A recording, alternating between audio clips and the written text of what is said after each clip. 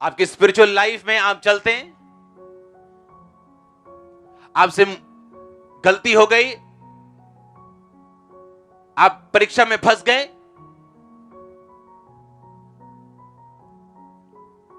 अब क्या?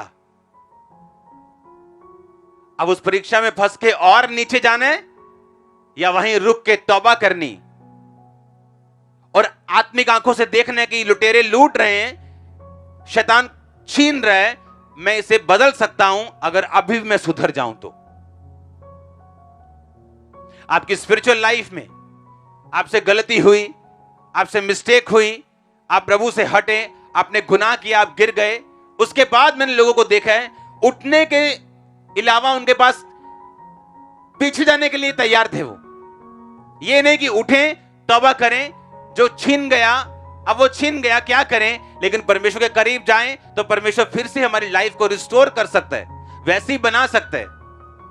लेकिन इसके अलावा उन्होंने क्या किया, और पीछे गए और परमेश्वर से और मार खाई और अपनी लाइफ को तबाह कर लिया। जब आप अपनी स्पिरिचुअल आईज को ओपन रखेंगे, अपनी अंदरूनी आंखों को ओपन रखेंगे, आप समझ जाएंगे कि इन पाप की वजह से, इन मिस्टेक्स की वजह से मैं संघर्ष कर रहा हूं।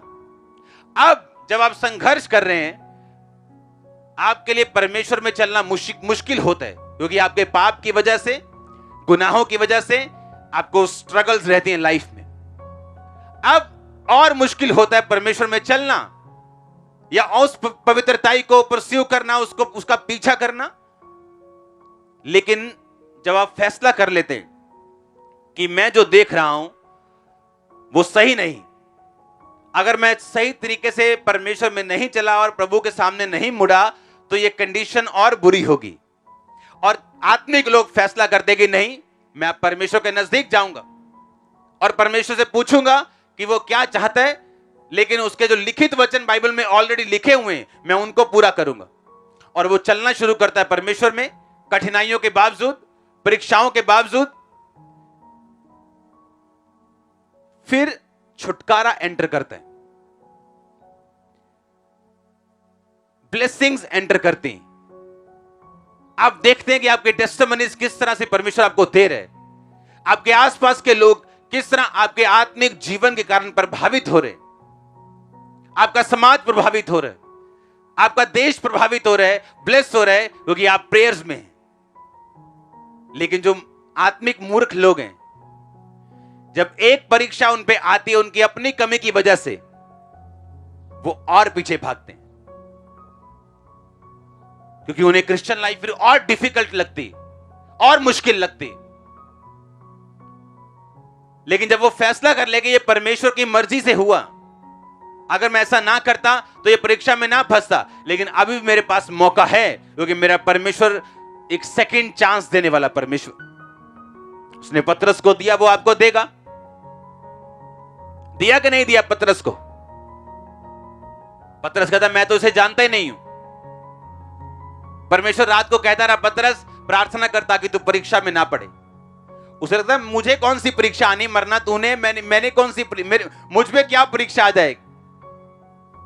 और सारी रात प्रार्थना करने वाले प्रभु यीशु मसीह अगले दिन उस क्रूस को उठा के सब परीक्षाओं से निकल के मर के तीसरे दिन मुर्दों में से जी उठ के जीत जाते हैं। और पतरस जो ये कहता था कि मैं प्रभु तू तेरे को कोई हाथ लगाएगा ना मैं उसे मार दूंगा, और ये सच था।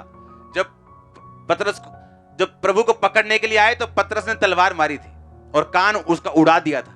आपको क्या लगता है पतरस ने कान उड़ाने के लिए तलवार मारी थी? उसने सिर के बीच में मारी थी, उसने मारने के लिए मारी थी, पर वो हट गया और उसके कान पे लगी वो, और कान उसका उतर गया।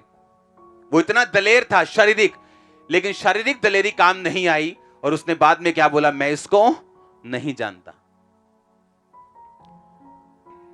जिस नाप से परमेश्वर ने कहा तुम नापेगा, उसी नाप से तेरे लिए नापा जाएगा। जो गड्ढा खोदेगा वही उसमें, और जो पत्थर लुढ़काएगा वही उस पत्थर के सामने आएगा। लोग मुझसे पूछते हैं, अच्छा फलाना आपके साथ ऐसा कर रहा है, आप क्या करना चाहते हो? मैंने कहा मैं कुछ नहीं करना चाहता हूं। अच्छा आप, मैंने कहा मैं अपनी लाइफ में कोई लड़ाई नहीं हारा हूं, क्योंकि मैं कभी लड़ा नहीं हूं। कौन लड़ा है? और वो कभी हारता नहीं। आमीन। वो कभी हारता नहीं। आप जीत लोगे परमेश्वर से?